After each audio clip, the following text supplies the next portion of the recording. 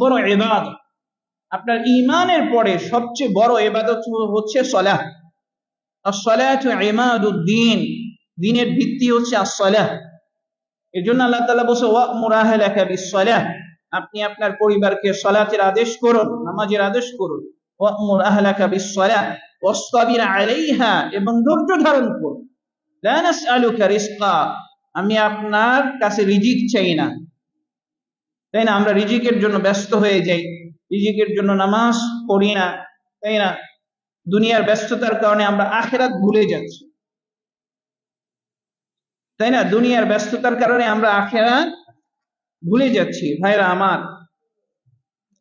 আল্লাহ তাআলা কোরআনুল কারীমে বলছেন যে ওয়াইলুন লিকুল্লি আফফাকিন আসীম, ধ্বংস তাদের জন্য, প্রত্যেক মিথ্যাবাদী এবং পাপীদের। প্রত্যেক